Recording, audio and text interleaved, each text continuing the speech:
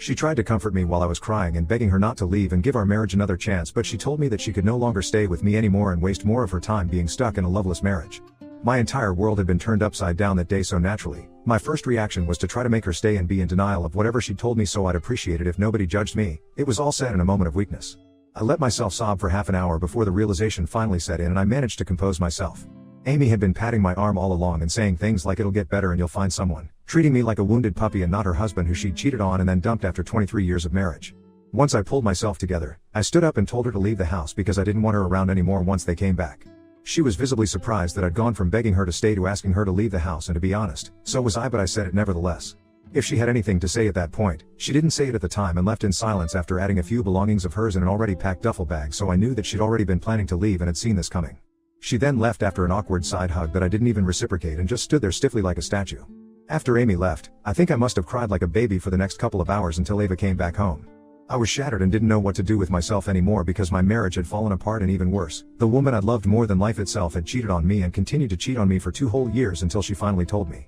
She didn't even think there was anything messed up with what she'd done because the entire time after she'd confessed, she just kept acting like it was no big deal and only tried to comfort me because she probably felt uncomfortable just sitting there silently while I sobbed. There were a million things that were and are still going through my mind in an endless loop, but at least I'm feeling considerably more stable now since 1 week has passed and I've been able to hold myself together for the sake of my kids. If not for myself, I most certainly have to be strong for them because this has come as a huge shock to them too. When Ava came home that day, she found me sleeping on the couch, and when I woke up, she could tell that I'd been crying because my eyes were all red and puffy. She asked me what was wrong and where her mother was several times before I finally told her because I knew that saying it all out loud would make it real and I'd end up crying again. But I did tell her the truth and inevitably ended up sobbing some more, which felt kind of embarrassing, but at least Ava was there to comfort me and it was genuine. She was just as much in shock as I'd been when I first found out. I wasn't thinking straight at the time and so I hadn't told anyone anything by then, but Ava made several calls and managed to inform her siblings and asked them to come home as soon as they could, and also told her uncle, my brother, so he could come over and help us out. My brother Eric, 45M, is still single by choice, but he's a solid guy and I knew I could always count on him if I was ever in any sort of trouble. He proved me right when he showed up at my house within hours of Ava's call, even though he lives quite far away. He knew that I needed to rest my head and grieve the end of my marriage and life as I knew it for a few days, so he moved in with us to help take care of us all for the next couple of days. It's been a week and he's still here, and so are all my kids. We're all trying to cope with this together and make sense of the situation somehow because it still feels a little like a nightmare I can't seem to wake up from. I didn't think that Amy leaving would have such an impact on me and my mental health, but I think Eric was right to take that call and move in because I've been really lost ever since she left and can't even seem to bring myself to get out of bed in the mornings. So yeah, I believe that I do need all the help I can get. My kids are also being incredibly sweet and I'm thankful for it. I've spoken to my lawyer about everything and we're preparing ourselves for the inevitable divorce now.